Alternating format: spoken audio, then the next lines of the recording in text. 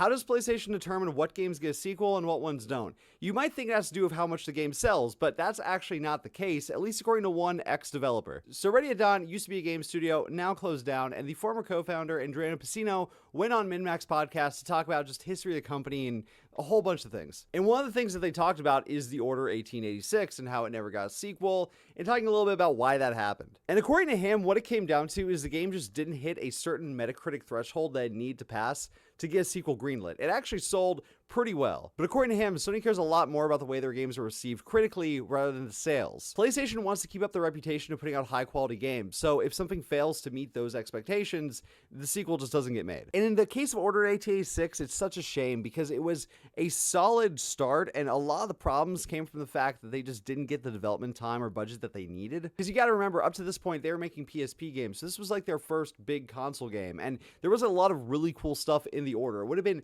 fantastic to see where this universe went, or what the first game could have been had they given the time that they needed. The guys at Ready at Dawn are super talented. It sucks their studio got shut down by Meta. So Sony, here's your chance to right the wrongs of the past. Hire back all those guys, form a new studio, and let's get the Order 1886 remake. Let's remake it the way it was meant to be. Let's make this happen. Did you play the Order 1886? What did you think about it? Let me know in the comments. If you haven't already, give me a follow.